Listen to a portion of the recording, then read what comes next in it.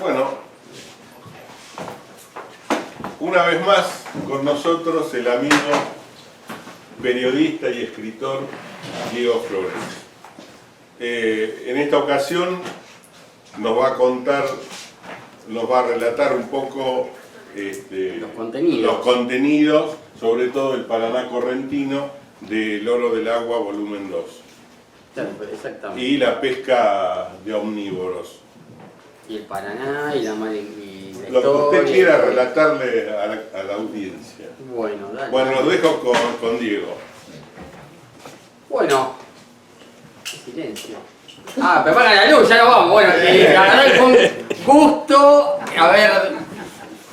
Bueno, no, la idea es, el año pasado hicimos la charla, en realidad es un poco hablar de los contenidos del libro. El año pasado la charla fue de esto, que es Oro del Agua 1, básicamente enfocado al dorado, la historia, hablamos muchísimo sobre la historia, muchísimo sobre la biología. Y bueno, pasó un año y salió su hermanito mayor, tiene el estigma de los número 2, de todos los libros 2 que hago, ya los 3 son más chicos, pero los 2 tienen medios grandotes. Y bueno, esto es parte de una colección que van para 4 tomos, capaz van a ser 5, que de alguna manera es como una oda a nuestros peces endémicos de la cuenca paranoplatense. De la misma manera que Aguas Patagónicas es una enciclopedia que gira alrededor de los salmónidos y la Patagonia, gira alrededor de los peces con dientes de agua marrón de nuestras cuencas. Y bueno, un poco este libro lo podíamos dividir en 3 libros. Vamos a hablar un poco de los contenidos. En realidad el libro es una excusa para hablar de toda la investigación y todo el trabajo que hay acá adentro, y que sea una cosa de intercambios y que podamos un poco charlar e intercambiar. Es un libro muy particular porque en realidad este libro podría estar descompuesto perfectamente en 3, ¿no? Que la idea, a mí no me gusta hacer libros tan grandes porque es una complicación para hacerlos, es mucho más esfuerzo, quedan caros, es todo un tema, pero bueno, había una unidad temática que no había forma para separarlo. Y básicamente la primera parte, que podría ser un libro independiente de 100 páginas o de 120 páginas, podría llamar el libro Entendiendo el río Paraná y Alto Paraná Correntino. Entendiendo el río Paraná. A ver, yo una de las cosas que capaz una de las partes de la que me siento más orgulloso del libro es que cualquiera que haya leído Aguas Patagónicas va a ver, o un poco lo que escribo yo, va a ver que tengo una cosa que me gusta mucho el tema científico, que siempre voy a los papers, que me gusta todo el tema de metodología, o sea, cuando quiero encontrar una respuesta, lo primero que hago es tratar de ver si no hay una investigación científica que lo haga, ¿no? Para fundamentar. Y en todo caso después, bueno, podemos aportar nuestra experiencia personal y si no hay información al respecto, hacer algún tipo de suposición. Pero bueno, si de alguna manera el conocimiento científico avala nuestra duda, muchísimo mejor eso. Y bueno, en el caso de mío, que estudié acuicultura en Bariloche, yo siempre fui como un fascinado de todo lo que es una mirada ecosistémica del agua donde vamos a pescar. Y bueno, en Bariloche, básicamente el Comahue, todo lo que tiene que ver con la limnología, la acuicultura, todo, enfoca a los ríos y lagos cordilleranos, que desde el punto de vista ecológico son mucho más simples. O sea, los procesos ecológicos son mucho más simples, hay muchísimas menos especies, todo lo que es de alguna manera el flujo de energía en los ecosistemas es mucho más simple. Y a mí me fascinaba eso, está puesto en los libros míos es esa mirada. Y cuando yo estudiaba en la facultad, siempre me encantó lo que trataba de hacer, cómo podía llevar este mismo conocimiento, esta misma mirada del Paraná. Y para lo que es habla hispana, la limnología es una ciencia que trata sobre lo que vendría a ser el estudio del agua, todas las cosas que pasan en los ecosistemas acuáticos.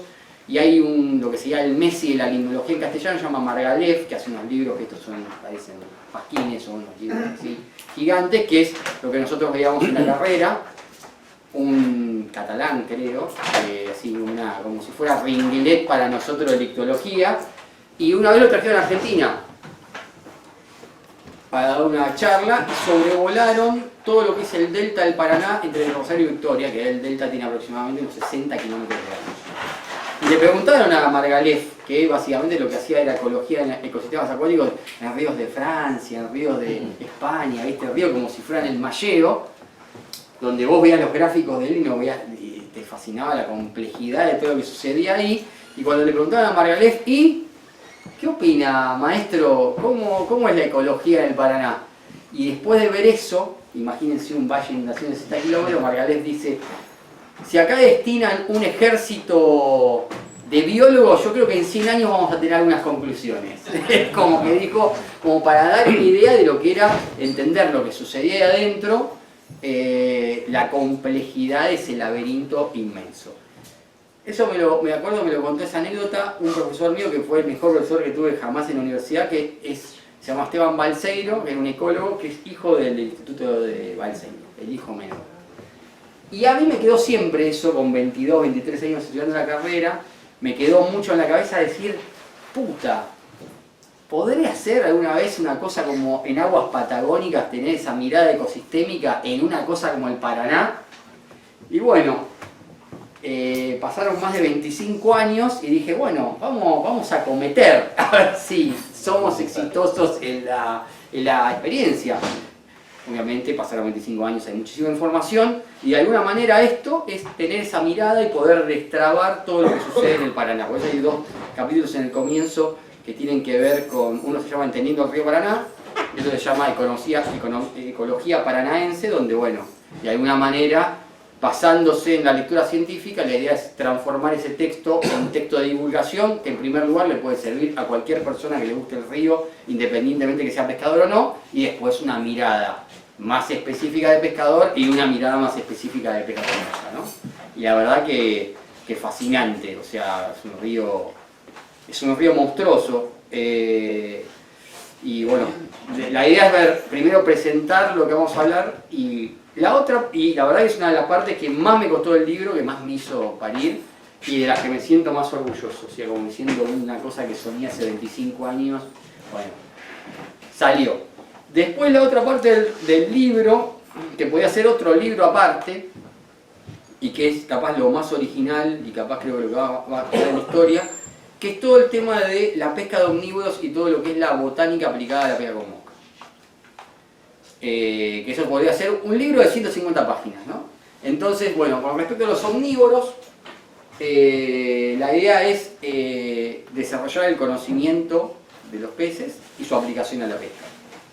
La idea fue un poco, estamos hablando del pacú, estamos hablando de las 2 especies de pirapitá que tenemos en el territorio argentino, que es el amarillo, que los brasileros le dicen el piraputanga, y el blanco, que los brasileños le dicen el piracanyuga.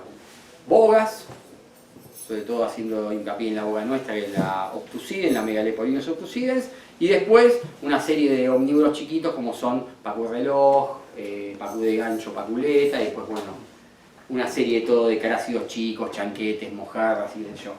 La idea es un poco, y lo que tomé como modus operandi, igual que en el libro dorado, decir, bueno, vamos a escribir sobre el pacú, y bueno, vamos a leer toda la bibliografía científica de pacú y a partir de ahí escribir lo que corresponda. Y bueno, un tema, porque era pasarse 2 o 3 días buscando en los PDF científicos todo lo que había de pacú, y bueno, bajarse 40 papers, leerlos, extraer pequeños trozos, y a partir de ahí, con la mayor información científica, poder explicar de qué va el pez, ¿no?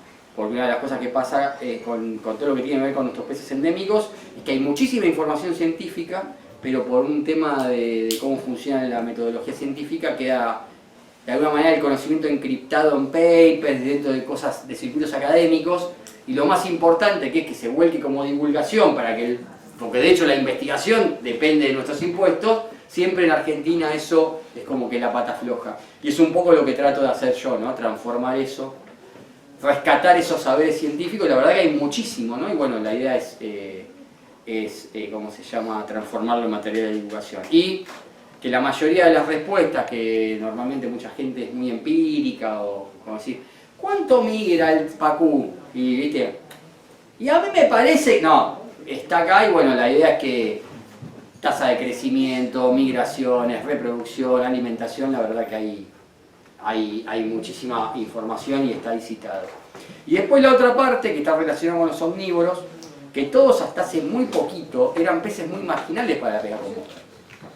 Que eso es lo más interesante. Si nosotros agarramos cualquiera de estos próceres que están acá en las fotos y le dijéramos que un pacú se podía pescar con mosca seca, o que podíamos hacer una pesca específica de bogas o de pirapita, era ciencia ficción hasta hace muy poco. Capaz el pirapitá es el más accesible de los peces porque dentro de los omnívoros es el que tiene más tendencia cazadora, es más piscívoro y más omnívoro. Pero hace 10 años decían, vamos a pescar pacú con mosca. Y era ciencia ficción. Y hoy, de hecho, la gente va directamente a pescar pacú y hasta en muchos momentos del año es mucho más noble el pacú como pez mosquero que el mismo dorado. Y después hay un tema que con estos omnívoros hay una cosa muy importante que tiene que ver con la botánica aplicada a la pesca con mosca, que creo que es capaz lo más original del libro, es algo que vengo yo. O sea, siempre que se habla de pesca con mosca, lo que se trató de imitar históricamente son animales. ¿Qué se trató de imitar? Un insecto, un ratoncito, una rana, un pescadito, un insecto terrestre, un insecto acuático, una ninfa, pero nunca estuvo en la cabeza del pescador, y de alguna manera todo eso, sobre todo en la parte de mosca seca y ninfa, tiene como de alguna manera su génesis o su punto álgido en libros como In the Reign of the Race de Marinaro, y sobre todo el que denominó el tema de Matching the Hatch, que es Ernest Schreiber, ¿no? Ernest Schreiber es de alguna manera, de hecho hizo un libro llamado Matching the Hatch, y Matching the Hatch es el juego de las eclosiones, o sea, es tomar la entomología, aplicarla a la pesca. Hoy cualquiera de nosotros sabe lo que es un ciclo de una Cadigan, Mayfly, y de alguna manera cómo esas conductas o las estrategias de vida de estos bichos se repercuten en técnicas de pesca, y aplicar la entomología en un sentido pescador. Bueno, y yo lo que vengo viendo de hace unos 10 años es hacer exactamente lo mismo, pero con la botánica. O sea, hoy por hoy hay moscas que imitan frutos, hoy por hoy hay moscas que imitan flores, hoy por hoy hay moscas que imitan grumos de algas, que era algo inimaginado hasta hace muy poco. Creo que hace 4 o 5 años de una charla de esta en la asociación. Y bueno, esta mirada de la botánica, la idea es acá, es botánica aplicada a la pesca con mosca, lo cual me parece que debe ser el primero a nivel mundial, o sea, es como que abre un portal que... Y son muchos los peces que se pescan con moscas vegetales hoy por hoy a nivel del mundo, ¿no? Y bueno, nuestros peces omnívoros, sobre todo en la época de fructificación, es todo el tema de la pelotita, el tema de pescar con... es como que está muy ligado a la botánica. Y bueno, hay un capítulo muy grande donde se investiga la flora ribereña del Paraná, la fruta que tiene, las macrófitas, y bueno, cómo eso influye en las técnicas de pesca. Eso es como sería el segundo libro. Y el tercer libro es otro libro que quería escribir hace mucho tiempo, que tiene que ver con todo lo que es el Alto Paraná y sobre todo el desarrollo histórico de la pesca del Alto Paraná. Yo en toda esta saga que estoy desarrollando, yo es como que, ¿cómo se podría llegar a decir? Focalizo que hay como dos cosas importantes, lo que yo llamo cunas piscatorias y destinos piscatorios, ¿no? Cuando analizamos lo que es la pesca, el desarrollo de la pesca en Argentina, porque una de las cosas que es como una rebelión que plantea este libro, es que los mosqueros a veces somos como un hámster que giramos en una rueda y estamos como muy enfrascados en nuestra propia modalidad. Y la realidad es que para entender el desarrollo de la pesca con mosca actual, hay que abrir un poco la mirada y ir mucho más atrás. Porque de hecho, capaz en la Patagonia, que se pesca trucha de hace 70, 80 años en forma consistente con nuestra primera o segunda generación de mosqueros, ya de alguna manera se pescaba un poco con cuchara, pero la pesca con mosca arrancó de alguna manera como columna vertebral. Mientras que en el desarrollo de nuestras especies endémicas, la mayoría de los pescadores destacados y la mayoría del conocimiento se construyó desde mucho antes. Por eso yo quería contar la historia de la pesca en el Paraná desde que se hizo las primeras pescas artificiales o con carnada en la década del 40, donde por ejemplo se pescaba trolling con mosca. Porque incluso los grandes pescadores del Alto Paraná fueron tipos que hicieron toda la escalerita. Y vos cuando nosotros decimos, che, hablame de la pesca en bancos a pez visto en el Alto Paraná, con push-pull y con plataforma como si estuvieran pescando tarpon, que capaz sería lo más pro hoy, o cómo se pesca un pacú con mosca seca, pez visto. Es muy difícil analizarlo en forma aislada. Tenés que entender que los que desarrollaron esa pesca empezaron tirando un soquete de sábalo en línea de mano, después empezaron a pescar con un reel y con una caña, y después empezaron a hacer trolling de punta, y eso les enseñó el río, después empezaron a hacer spinning, y después empezaron a pescar. Entonces un poco la historia es contar todo ese arco histórico de la década del 40 en adelante y ver cómo se fue construyendo esta cosa de picar piedra y de investigar, cómo llegamos hoy a conocimientos que parecen muy elevados, pero que hunden sus raíces en cosas que son mucho más antiguas. Y me pareció sumamente interesante, ¿no? Y en muchos casos me siento con este libro que estoy llegando muy justo, porque muchos saberes tienen que ver con gente grande, gente de 75, 80, 90 años, que yo a veces, una parte muy importante de este libro tiene que ver con el origen de la pesca y la náutica en Paso de la Patria, que básicamente se originó muchísimo de resistencia. Y entrevisté gente muy grande que capaz lleva 3 años y no está más, y que te puede decir de primera hora cómo era la pesca en la década del 40 porque él lo vio porque era de chico. Que capaz si se hubiera muerto el viejo y me lo contaba él, ya era un teléfono descompuesto y distorsionado. Y un poco es contar este tema, ¿no? Así que bueno, estos son los 3 libros en uno que hay acá en Oro del Agua. Como para ver contenidos específicos de estas 3 partes. Un poco hice la presentación para entender. Y hablar de highlights dentro del libro, ¿no? Yendo a la primera parte del Paraná. Estudiar el flujo de energía en los ecosistemas es como en una sociedad estudiar el flujo de dinero o de capitales. Vos querés entender cómo funciona la sociedad, entendés cómo es la dinámica económica de la sociedad y vas a entender muchísimo.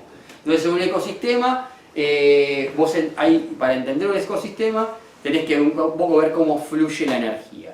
Si yo le preguntara en un ecosistema como el paranaense, ¿cuál sería el tanque de nafta en términos de energía, donde se sostiene todo el ecosistema? ¿Cuál sería?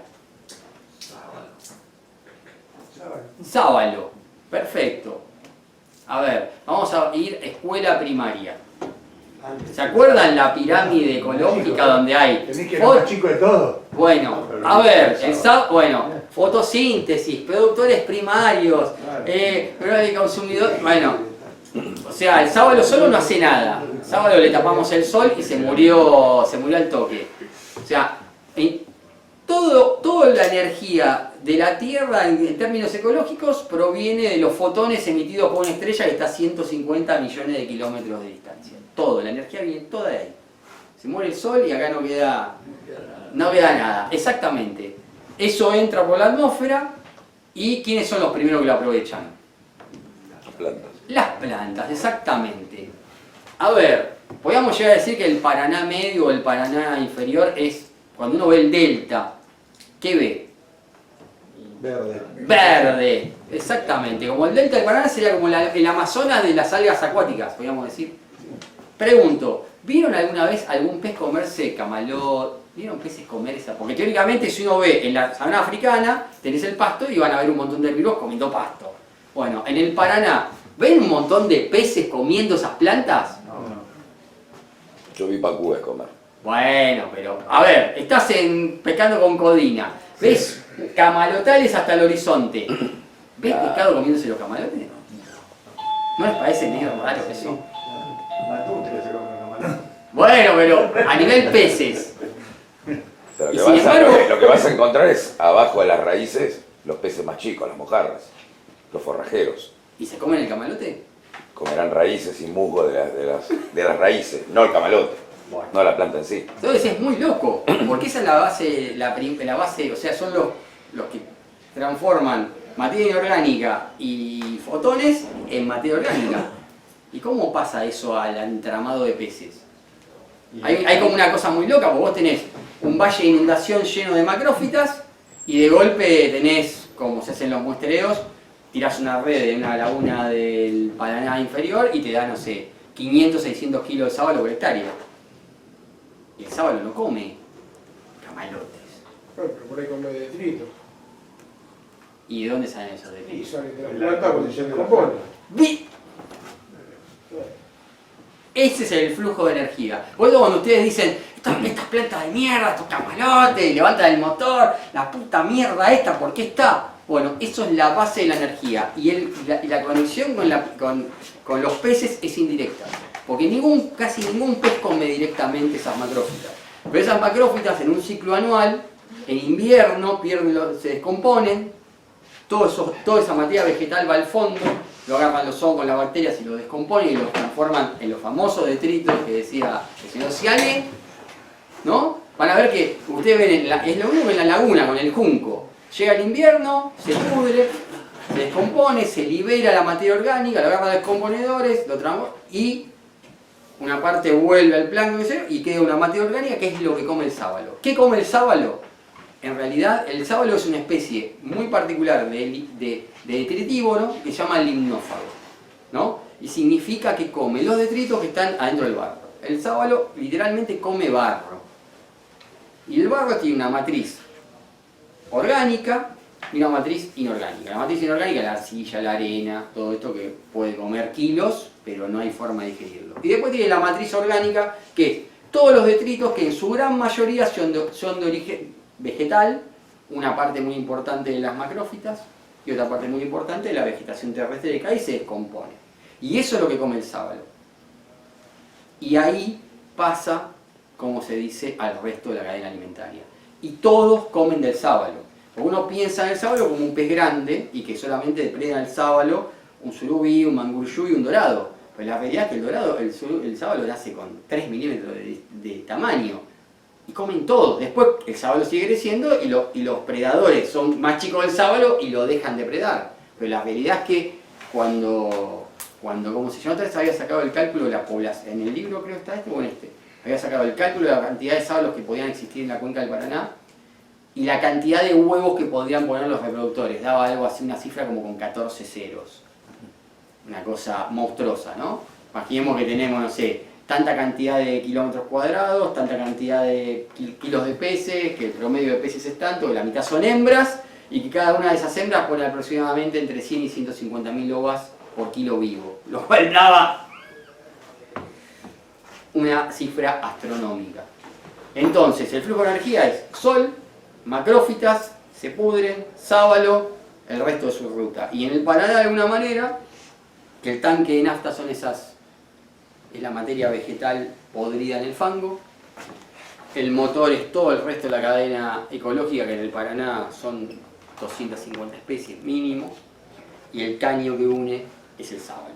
Y si cortamos la manguera, se cae todo. Después una de las cosas también que explica la proverbial cantidad de predadores que tiene el Paraná, es que el sábalo es, para cualquier ecólogo, viene al Paraná y el pez que más lo maravilla es eso, porque de alguna manera es como en la parábola de Jesucristo de multiplicaba los panes, bueno, es la entidad viviente que transforma barro en peces. O sea, es milagroso. Y a nivel ecológico, ustedes tienen como las distintas pirámides, que generalmente en la escuela lo ven así, pero en la realidad sería mucho más achatado. Por ejemplo, un consumidor, al otro consumidor solamente, el que está inmediatamente arriba, le puede pasar solamente el 10% de la energía, porque el 90% se la gasta él, y transfiere al eslabón superior solamente el 10%. Entonces, si ustedes tienen que pensar en el mar, y piensan en ese flujo de energía, van a encontrarse que, qué sé yo, tienen una microalga que se lo come un copépodo, y ahí se perdió el 90%. Y ese copépodo se lo come una anchoita, y ahí se perdió el 10%. Y esa anchoita se la come una caballa, y ahí se perdió otro 10%. Y esa caballa se la come un pez vela, y se perdió otro 90%. Y después se la come un tiburón. Entonces, ¿qué pasa? Es tan compleja la trama ecológica, hay tantos intermediarios que la energía se disipa. Entonces esos sistemas tan complejos te vas a encontrar arriba con muy poca cantidad de predadores. Mientras que en el caso del Paraná, que es un ecosistema mucho más simple, que es sábalo y depredador tope, el dorado, simplificaste la cadena alimentaria y de golpe tenés 10 o 100 o 1000 veces la cantidad de depredadores que esperarías en un sistema más complejo. ¿Se entiende el concepto? Entonces uno ve y cuando uno piensa Otra de las cosas proverbiales que tiene el Paraná, que si con el grado de maltrato que le damos a nivel de exceso de pesca, cualquier otra cuenca hubiera colapsado. Hace fácil. O sea, el nivel de maltrato, y uno tiene que ver con esta cosa de los sábalos que transforman, que simplifican muchísimo el flujo de energía y hacen que transfieren grandes cantidades de energía en un solo paso a los depredadores superiores, con lo cual se disipa mucho y eso un poco explica la capacidad de recuperación. Y otra de las cosas que tienen que ver con, sobre todo los peces migratorios, que son extremadamente fecundos. La gran mayoría de estos peces, como sábalos, bogas, pacúes, surubíes, son peces que, no sé, tienen fecundidades de 80.000, 100.000, 120.000, 150.000 huevos por kilo vivo. Normalmente, una de las cosas, en los ríos, nosotros tenemos como lo que yo llamo en el corazón un pulso de inundación y seca, que es como la sístole y la diástole del corazón. Se inunda, se seca, se inunda, se seca. Después hay una sequía extraordinaria, pero básicamente hay un ciclo anual que está ligado, en el caso del Paraná, el anticiclón del Atlántico. Uno quiere entender cómo funciona, bueno, y viendo la climatología de eso, y sobre todo después el tema del Niño, entiende cómo está este tema. Y normalmente las poblaciones de peces, en un sistema tan fluctuante, justamente estos peces son tan fecundos para poder adaptarse a condiciones muy adversas, ¿no? Entonces, las poblaciones de peces naturalmente se deprimen en la seca y explotan en las inundaciones. Y tienen muchísima capacidad de recuperación. Y eso un poco explica, si hubieran sido otro tipo de especies, el Paraná como pesquería hubiera colapsado hace ya muchísimo tiempo. Otra cosa, esta me pareció sumamente interesante, así que cuando vean camalotes y todo eso hay que tener más respeto porque todo, y los sábalos, todo se edifica, ese dorado que está en la punta o ese pirapitá sale de ahí, aunque parezca muy loco. Después la otra cosa, muy interesante, sobre todo para lo que tiene que ver con el Paraná medio y Paraná inferior, si ustedes ven el Paraná argentino, van a encontrar que, a ver, ¿por qué las grandes pesquerías comerciales están en Entre Ríos y en el sur de Santa Fe? Y no están en Paso de la Patria, por ejemplo. El budo del Paraná. Por las lagunas, ¿no? ¿Por qué hay un acopiador gigante en Victoria y no está en Itaibate? Porque baja el pescado para el río de la Plata de Sobar, en la zona baja. Por la vegetación, no. Porque ahí está la productividad del río. Vos pondrías en Victoria, la estructura que tenés en Victoria, la podés ir a Itaibate, colapsa el sistema y no puede sostener esa industria, porque no hay tanta cantidad de peces y no es tan productivo. O sea, la parte más productiva del río está donde están las pesquerías comerciales. Eso es lo que te está indicando que ahí es donde hay más densidad y volumen de peces, y sobre todo de sábalos. Y ustedes fíjense que en el Alto Paraná van a encontrarse con que el río es mucho más encajonado, hay poco valle de inundación y justamente las pesquerías están donde el valle de inundación tiene 50, 40, 60, 70 kilómetros de ancho. No es casual que estén ahí, porque esa es la parte más productiva del río. Y de hecho, si desconectaríamos una represa como Paraná Medio en la parte inferior de la superior muere el toque porque la papota está abajo, ¿no? Una de las cosas más interesantes de todo eso, que es imposible entender el Paraná Medio y el Paraná Inferior sin el Paraguay. Porque de hecho, el Paraná Medio y el Paraná Inferior es más una continuación del Paraguay que del propio Paraná. Es una de las cosas más interesantes. Es imposible entender el Paraná Medio o el Paraná Inferior sin pensar en los sedimentos del Bermejo y sin pensar en la materia orgánica del Pantanal. Ahí está la clave de la fertilidad.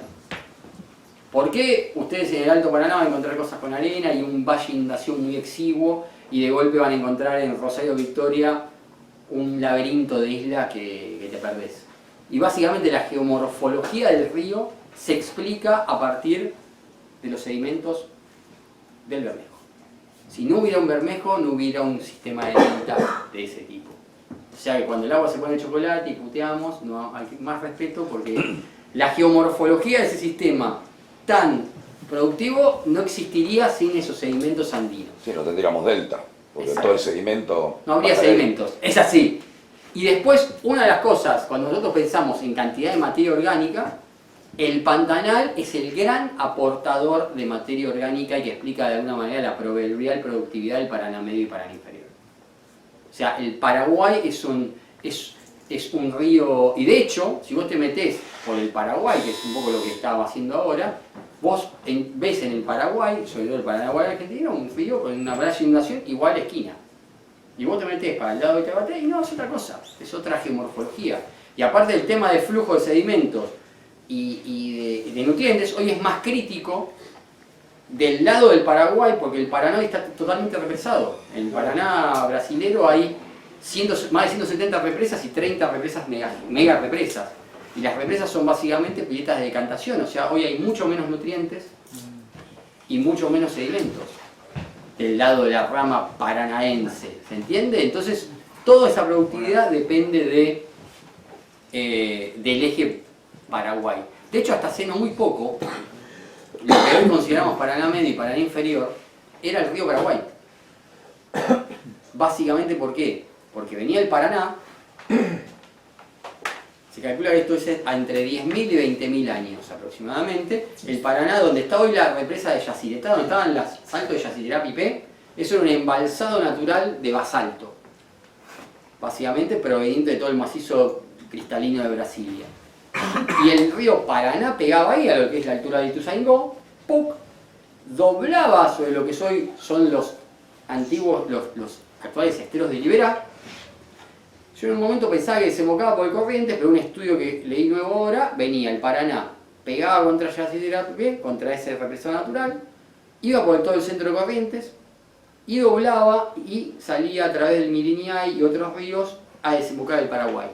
Con lo cual, estamos hablando hace 15.000 años, que en términos geológicos es abrir y cerrar los ojos, el Paraguay desembocaba en lo que sería Río de la Plata, el Paraná se unía en Uruguay y los dos formaban el río. ¿Se entiende cómo era? ¿Qué pasó? Ese manto basáltico se dio hace 15.000 años, se rompió, el río capturó un afluente del Paraguay y el Paraná que conocemos tiene ese circuito.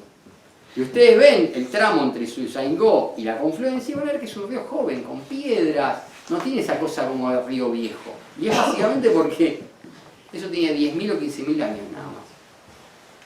¿No? Una cosa muy loca. Otra cosa muy loca para entender el Paraná, lo que es el Paraná inferior, el delta del Paraná se extendería entre Diamante y el Río de la Plata, ¿no? Se divide en 3 secciones, qué sé yo. Bueno, todos los deltas del mundo tienen menos de 8.000 años. Y la mayoría de los deltas son de agua salobre o de agua salada. El delta del Paraná tiene como una característica excepcional, que por el gran volumen de agua que tiene, es un delta estrictamente de agua dulce.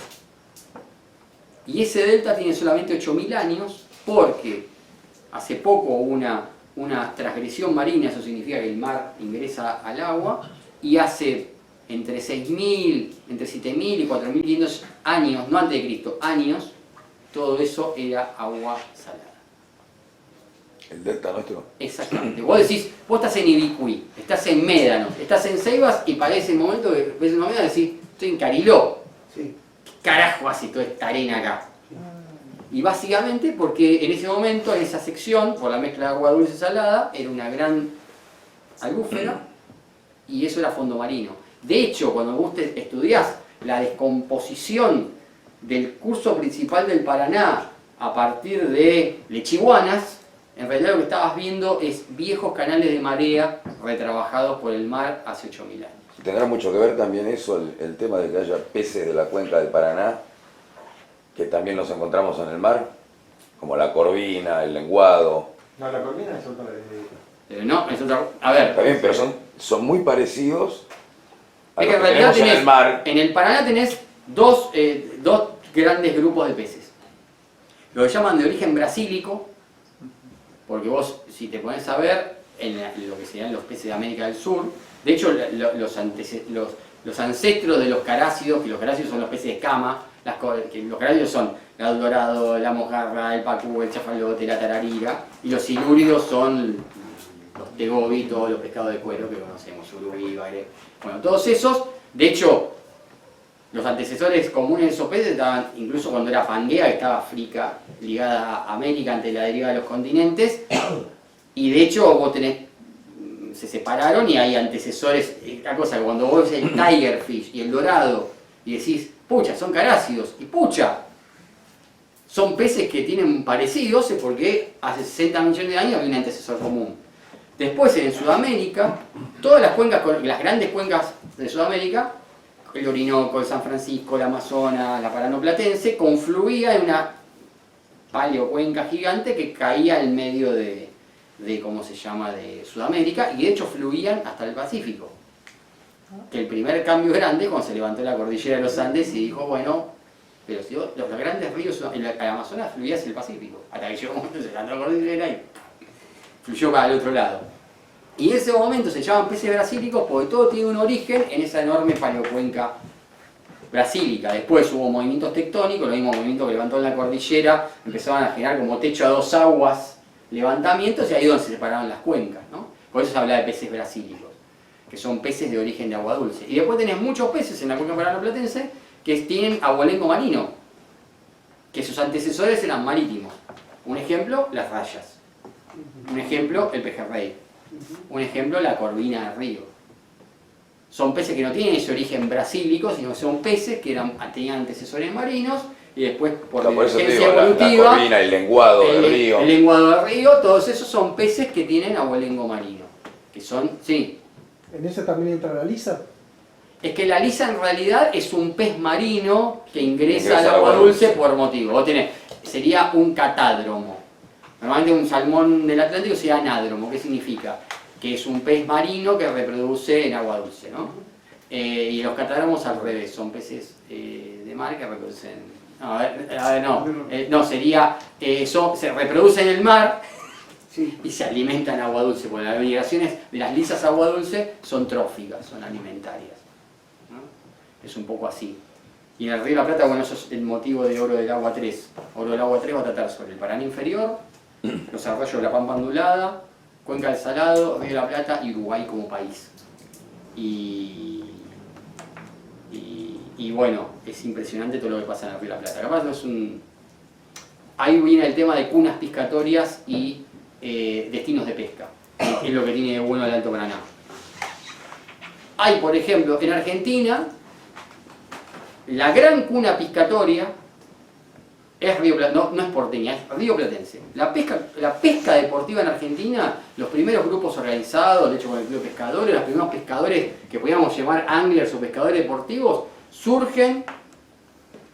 rioplatenses, surgen en el Río de la Plata, que de hecho es lo que estoy yo desarrollando ahora. Cómo empezó la pesca deportiva en Argentina. Y básicamente, el Río de la Plata es una gran cuna piscatoria, pero no es un gran destino de pesca. No va a venir un americano una semana a pescar con mosca el dorado del Río de la Plata. En el caso del Alto Paraná, una de las cosas muy interesantes que tiene es que se combina, que es una cuna piscatoria, porque muchas de las técnicas que hoy empleamos tuvieron su origen acá. El trolling de peces con dientes surgió en el Alto Paraná. El trolling de punta es un invento en el Alto Paraná. La pesca de omnívoros es alto paranaense. La pesca de bancos es alto paranaense. El spinning de dorado, en gran parte, es alto paranaense. Y muchas después, eso irradió a otros lugares, ¿no? Entonces, una de las cosas que tiene interesantísimas el Alto Paraná, que es por un lado una enorme cuna piscatoria y por otro lado es un enorme destino de pesca. Eso lo hace tan especial. Después, otra cosa, volviendo al río, a los peces. Y que tiene que ver con el sábalo, ¿no? Un poco es imposible entender el Paraná sin el sábalo, o sea, y entender al dorado o a los grandes peces sin el sábalo. ¿Por qué el sábalo está como un galgo en la gatera y está esperando la creciente y le da 5 centímetros de agua que pasó la barranca y se manda al medio de la isla?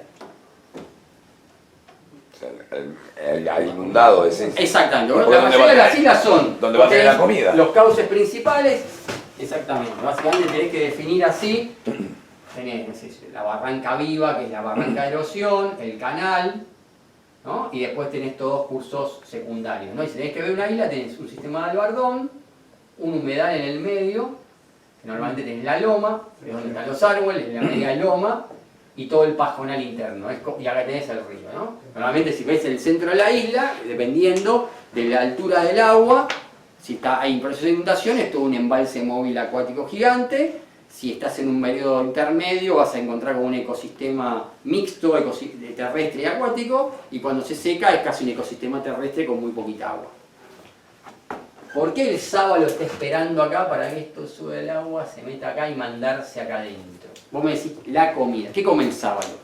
El fondo, el detrito. Exactamente. Aparte en el río, cuando el río está muy hinchado, corre demasiado y lava todo. No va a tener Es dónde que en comer. realidad, ¿qué pasa si vos agarrás? Ponele, vos te encanta pescar, no sé yo, San Pedro. Vos sos un pescador de San Pedro. Vas al río propiamente dicho y agarrás y sacás un toco de barro. Y pensá que ese barro tiene una matriz orgánica y otra inorgánica. ¿Cuál va a ser predominante en el centro del río donde hay un lavado mecánico de la pero la orgánica va a estar en el embalsado. Exactamente. Por eso que vale. Por eso aparte, el sábalo está también, como loco para entrar al pajonal. Parte teoría que pienso yo también que se escapa del predador.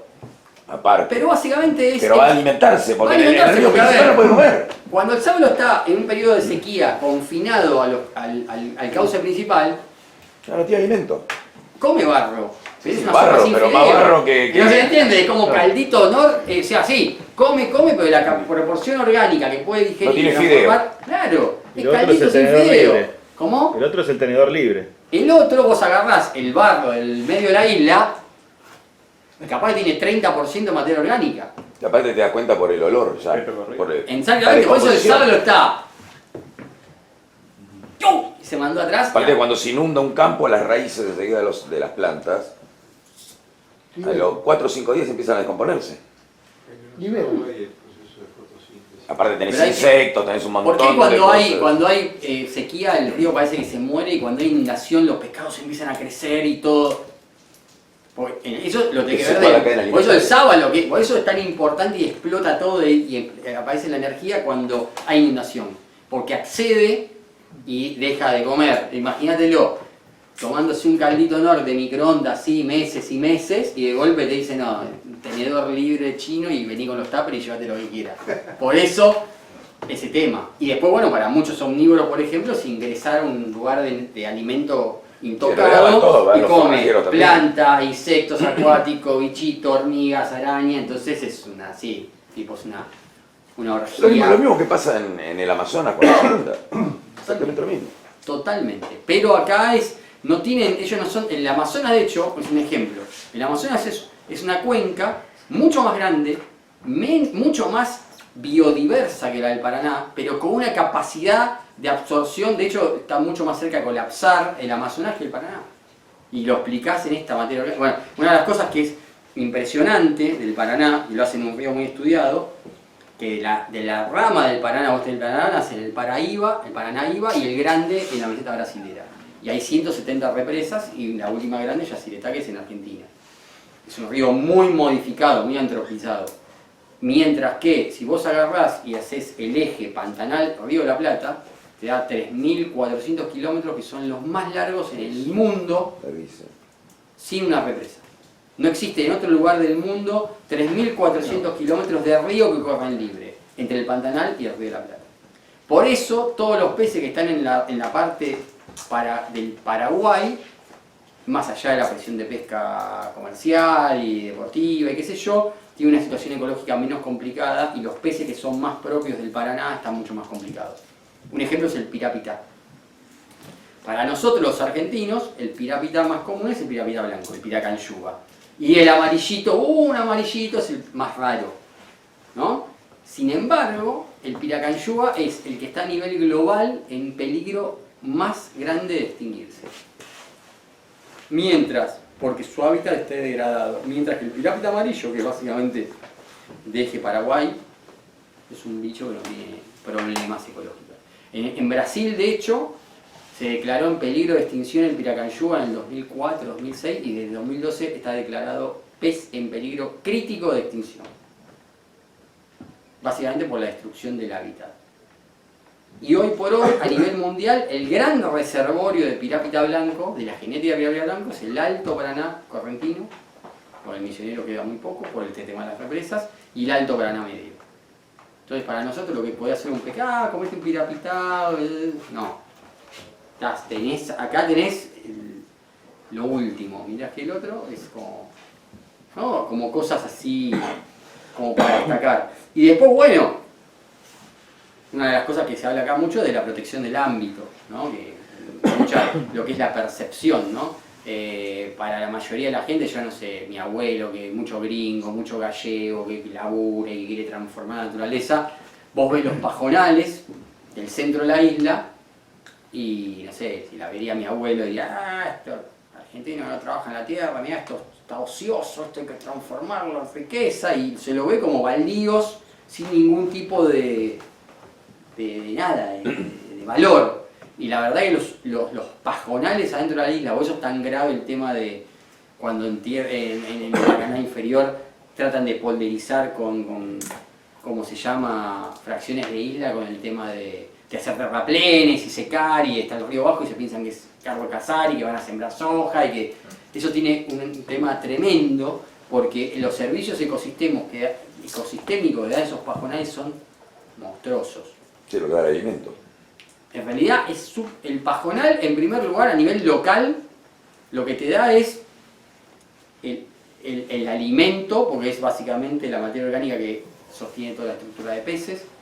Es la zona de refugio de todas las larvas y pececillos chiquititos, porque igual estás matando el jardín de infantes. Es purificador de agua.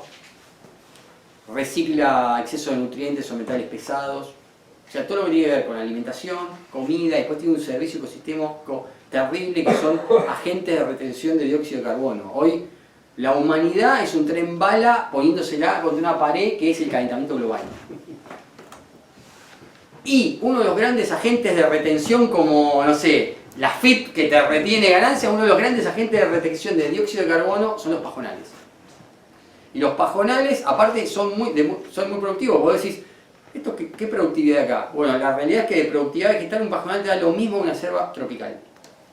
Nada más que la biomasa no la ves, porque es todo radicular, es todo raíces.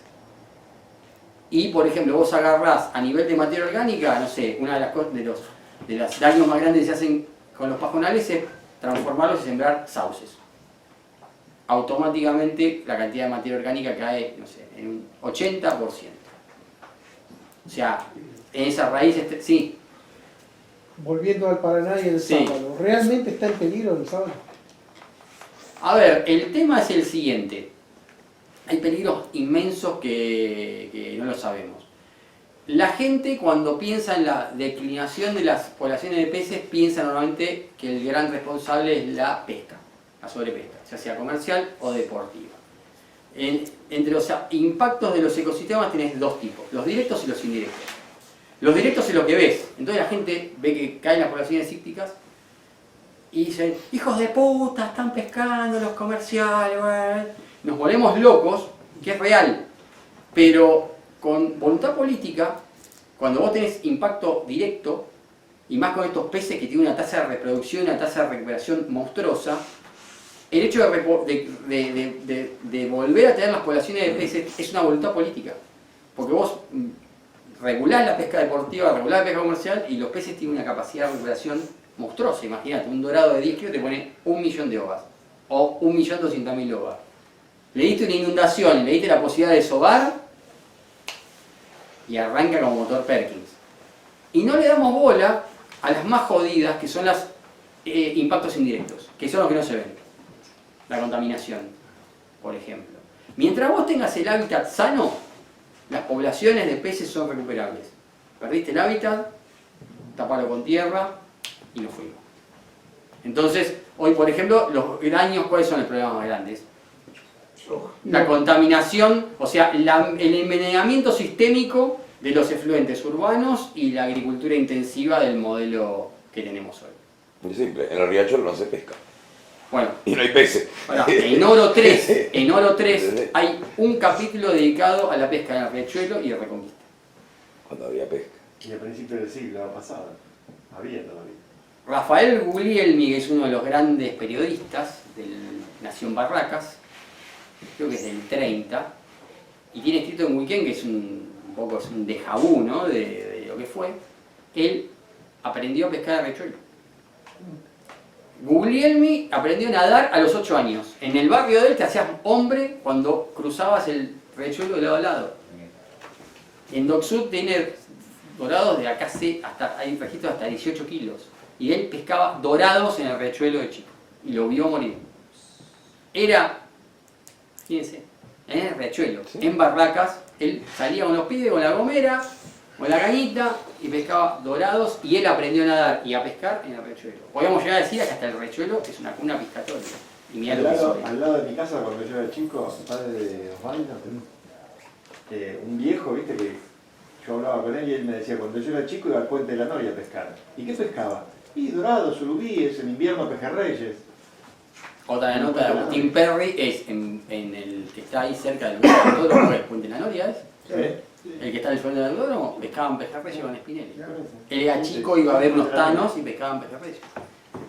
Igual es un déjà vu del ambiente que vos decís, oh, vamos a pescar el arroyo del medio, qué lindo. ¿Y qué puede ser dentro de los 70? Un tipo con el que laburé yo, que ahora tendría que tener, no sé, 95 años, estoy hablando hace 25 o 30 años atrás, que era mercante, decía que cuando los barcos, no sé de qué año sería, el 30 y pico, paraban en el río de la Plata, en la entrada para agarrar el canal del Paraná, sacaba pacúes en verano. Bueno, hay registros de pacúes en el río de la Plata, en el manual de Yanís, y a ver, en la década del 20, 30, 40, se pescaba encarnando con ciruela, pacúes en la primera sección del delta. De hecho, bueno, acá con el tema del chat pasamos a los omnívoros. La gente, por ejemplo, para los rosarinos, su capital provincial del Pacú era todo el delta sanlorencino, que es donde entra el Cariaga y se mete toda el agua para el lado del Victoria. Agua negra. Bueno, y para ellos el punto de inflexión del Pacú, en esa zona, fue cuando se empezó a engordar ganado en la isla. El antes y el después del Pacú, en esa zona, es el modelo de engorde de ganado en la isla. O sea, por lo que come, por lo que pisa, y por ejemplo ahora estoy yo, que es para Oro 4, estoy estudiando todo el tema del Pacú en esquina, y para ellos, el antes y el después del Pacú en esquina fue el búfalo cuando llevaron el búfalo. Porque básicamente le raleaba toda la comida. Sí, comía todas las costas, porque aparte es como se mete en el agua el búfalo a comer. Y hay un antes y morfa un raíz, después. se morfa todo. Entonces, esos son impactos que vos decís, ¿cómo relacionás el Pacú con el búfalo? Y sin embargo, generó un pico. Porque capaz en el Alto Paraná, es lo que yo llamo, los omnívoros comen materia vegetal, materia animal. Hay omnívoros que son más herbívoros que carnívoros, hay todo un espectro, y yo lo que llamo con el Pacú, ahora vamos a ver, que es cuando frutea y cuando verdea. ¿No? Y bueno, normalmente el Alto Paraná es básicamente en verano lo que hace es más frutear. Y eso tiene que ver mucho con las técnicas de pesca. Mientras que en el Paraná medio, aparte de que cambia muchísimo la flora ribereña y el aporte de materia, básicamente es mucho más lo que verdea, Sí. comiendo raíces de camalote, yataí, cataí, todo eso, porque hay la carga de ¿cómo se llama? Que ustedes lo ven. Si ustedes ven el Alto Paraná, no van a ver mucha cantidad de sauces, no van a ver mucha cantidad de liso, no van a ver mucha cantidad de juncos, que son lo que se llaman especies pioneras, que son las primeras que se colonizan, cuando se hace el banco, toda la islita, ¡pum!, lo que explota. Porque básicamente la tasa de sedimentación es mucho menor, no hay tanta dinámica en la formación y deformación de islas, y la mayoría de las especies que hay son especies de árboles cojudos, entonces tienes mucha más proporción de árbol frutal, de ingá y de laurel. Y vos después de la conferencia con el Paraguay, al cambiar completamente la sedimentación y la geomorfología, con mucha más formación y deformación y rotura de islas, esta cantidad de árboles frutales que necesitan más estabilidad desaparecen y aparecen estas especies pioneras y bueno, es clave en el tema del matching de hatch vegetal o la entomología aplicada, la botánica aplicada a la pesca con mosca, ¿no? Yo sé que hace poco di una charla, Sergio Salvatore con el tema de las pelotitas y todo. La parte, entre comillas, ¿cómo decir? Para pescar con mosca, ¿necesitas tener vas en conocimientos entomológicos? ¿Es sine qua non? No. Perfecto. Pero hay iguales habilidades. Si vos tenés los conocimientos o no los tenés, tenerlos te pone en una mejor posición. Obvio. Sí. Se trata de eso. Entonces, con el tema de la pesca de peces omnívoros, ¿es necesario saber de botánica para pescar un pacón o pelotita? Sí. No, porque te pones un día a la pelotita, sí, tirás pero sí conocen las plantas. Bueno. ¿Qué es lo que van a qué comen en qué momento del año? Exactamente. Y en el lugar en el que están. Pero, si vos tenés conocimientos botánicos, vas a estar en Te una va a ayudar, muchísima mejor obvio. posición para pescar Seguro. estos bichos. Y bueno, en el caso de, como en la entomología aplicada, decís, un Cádiz, entonces la pupa de Cádiz es más rápida, entonces tengo que hacer un ascenso Laysenring con una soft hackle para que me pique. En cambio el Mayfrey no se mueve tanto, entonces yo tengo que pescar en... Eso es entomología aplicada a la pesca con mosca. Bueno, la botánica aplicada a la pesca con mosca implica interpretar o leer esa muralla verde que en un principio parece cartón pintado de verde y que decís que hay acá, a empezar a leer eso y básicamente aplicarlo a la pesca, ¿no? Y bueno, una de las cosas muy importantes con el tema de la pesca de omnívoros es interpretar los árboles. Saber distinguir un ingá, de un laurel blanco, de un laurel negro, de un tala, de un guavillú, de un higuerón, ¿no? Y saber que uno fructifica en enero y otro fructifica en marzo, ¿no? Saber cómo es la drupa o la vaina que te aporta, saber si la semilla flota o se hunde. Y después una de las cosas que vas a tener es que los árboles no están distribuidos en el río de manera uniforme, no es que vino, no sé, el arcángel Gabriel y pongo un tala, un ingá, un laurel no, vas a encontrar que están incluso en parches o bosques así monoespecie. Entonces vos agarrás y no sé, caes en el Paraná en determinado momento y muchas de esas especies incluso tienen fructificación anual, o sea, capaz un año te dieron un montón de fruta y ese parche de selva al otro año te da menos. Entonces una de las cosas que vos tenés que agarrar y cuando salís al río es salir a leer vegetación. Entonces decís, qué sé yo, hay especies de fructificación más temprana como el laurel de río, el laurel blanco, ¿no? Y bueno, estás en enero y que vas a ir a buscar laurel. Entonces vas por el río y vas a ver, bueno, ¿a dónde hay laurel? Listo, y te acercás.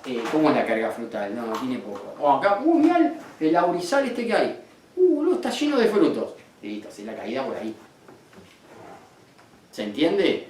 Y vas en marzo y ya no hay más laurel de río, hay laurel negro, que es el que tiene la fructificación más tardía, y que buscas en marzo-abril. Laurel negro. Lo distinguís por la hoja, lo distinguís ahí, y ahí es donde básicamente, porque es donde vas a tener concentración. Hay lugares, por ejemplo, hay fruta, hay árboles frutales, que por ejemplo en el caso del laurel, tienen importancia porque por la estructura de refugio y por el aporte de fruta. Que el dicho del caso, el laurel es el más difícil porque la baya es verde, una aceituna. Entonces puede estar el árbol hasta las bolas de fruta y vos no lo ves. Hasta que no te estás a 1 metro no lo ves. Capaz una fruta como el ingá, que es una chaucha así, afelpada de color naranja, y vos ves un ingá cargado de fruta y lo vas a ver a 100 metros. El laurel no sabés la carga frutal hasta que metiste la lancha dentro de la copa y te vas a ver. Pero por ejemplo esas plantas no aportan, los peces no comen las hojas. Mientras por ejemplo el tala gateador, que es un árbol menos abundante, no solamente le comen los frutos, sino que les encantan las hojas del tala. Entonces vos, si ves tala, vas a tener omnívoros todo el año, porque no solamente necesitas la fructificación. Después otra cosa muy importante tiene que ver con... pensé que ibas a... Tiene que ver con las macrófitas, que son el carrizo, el cataí, el duraznillo de agua, ¿no? Básicamente, un omnívoro como el pacú tiene, cambia muchísimo la alimentación dependiendo de la época de año. Normalmente para él, en la época de vacas gordas, es en verano con mucha carga frutal. Es ahí el momento, como no sé, tenés un comercio y tenés una juguetería y hacen la diferencia en Navidad y bueno, la temporada alta para el bicho es esa. Cuando tenés mucho aporte frutal y en menor medida también en verano donde hay más aporte también de insectos, de ranitas, del ecosistema terrestre. Mientras que, y normalmente el grado de, ¿cómo se llama? Lo que sería tener plata en el banco para nosotros, para los peces es tener grasa en el cuerpo. Es el momento en que acumulan energía. Mientras que en invierno no hay casi oferta vegetal y vos tenés que pescar un pacu en invierno y lo vas a sacar, en vez de estar sacándolo al golpe con una imitación de fruto contra la costa como lo haces en verano, en invierno no vas a tocar ninguno y el pescado está en el fondo del canal. Come caracol. Comiendo carroña. O sea, El caracol básicamente. En el Paraguay comen caracol. Bueno, o básicamente materia animal, de origen animal. Normalmente pues el cangrejo, que básicamente vos querés pescar un pacú grande en Alto Paraná en invierno y agarrás con corazón pajarilla, te pones en el medio del canal y lo vas a pescar a fondo, capaz 8, 10, 12 metros y el pescado está carroñando ahí, ¿no? Entonces normalmente, por eso en invierno no es el mejor momento para hacer mosca y menos con imitaciones de frutas y el momento, el prime time es con la fructificación de verano. Y después hay un momento muy particular de transición que no le dan bola, que es la primavera, donde todavía no tenés frutas, el pescado sale de un invierno de carroñero, depredador, donde perdió ahorros o perdió grasa, porque es un momento de baja energéticamente, está generando gónadas, porque tiene reproducir, tiene mucha necesidad alimentaria y todavía no hay fruta. Entonces ahí es cuando el pacú verdea. ¿Y qué va a buscar? Estas macrófitas, que son normalmente carrizo, duraznillo de agua, que se pudren en invierno y rebrotan en verano, y lo que va a comer son los brotes de las raíces. Por ejemplo, es muy difícil encontrar, de hecho el carrizo los omnívoros no lo tocan, porque es como comer cartón corrugado. Pero en el momento que brota y germina y saca yemas el carrizo en primavera, los mejores lugares para pescar pacú son los carrizales, en septiembre y octubre. ¿No? Así que bueno, saber cómo es todo cómo se mueven estos omnívoros es así. Tener un conocimiento de cómo es esta cosa botánica es importante. Después está el agua media sucia, viene el río dulce, así en cuanto que viene, está fácil la pesca y bueno, pescas con una pelotita naranja, una negra, lo que buscas es contraste, no hay mucho misterio, capaz. En realidad el 90% de la dificultad es lo que te resuelve el guía, que es dónde te posiciona, cómo te pone, qué parte del río elige, cómo hace la caída. Pero cuando está el agua clara, ahí sí ponerse un poquito más puntual con el tema de la imitación, con el tamaño del fruto y todo, ahí sí. Ahí sí vas a sentir la diferencia, ¿no? Que tener una imitación más lograda de un laurel, tener una imitación más lograda de un talita y ajustar la pelotita a la estructura vegetal que estás pescando, ahí vas a sentir que te va a dar un plus más en esas condiciones de agua cristalina, ¿no? Bueno, eso con el tema de, ¿cómo se llama? De los omnívoros. Mencionaste la floración, Diego. Sí. La flor que no se convierte en fruto, que cae del agua, ¿la alimentan no? En realidad la flor es el estadio primario del fruto. Sí, exactamente. Pero mirá, yo en realidad he tenido experiencias con lo que llama el duraznillo del agua, lo de Ludmiglia, que te da una florcita de 4 pétalos amarilla, que los ves normalmente a los pacucitos y a los pirapitá tratando de saltar y agarrar, y he visto también pacú cuando está la puc ir directamente a la flor. Y después el que me contó, yo lo que pasa es que nunca estuve casi con la floración, nunca se dio, yo lo pesqué, es algo que todavía lo tengo pendiente. Y me contaba, por ejemplo, Peto, que en primavera el árbol que aporta más cantidad de masa frutal y que es uno de los más abundantes es el ingá. Y da una flor blanca tipo en forma de pajona y dice que cuando eso cae al agua es como se llama, lo comen muchísimo los pacúes, por ejemplo, cuando cae esa flor que es como un panadero grande. Y después otra cosa muy importante, tiene que ver también, para los que les gusten pescar los pacúes en superficie, los omnívoros, sobre todo el pacú. El piramita es un pez que tiene una tendencia natural muy grande a subir a la superficie, a comer secas o frutos flotantes. El pacú no es tan... le cuesta un poquito subir.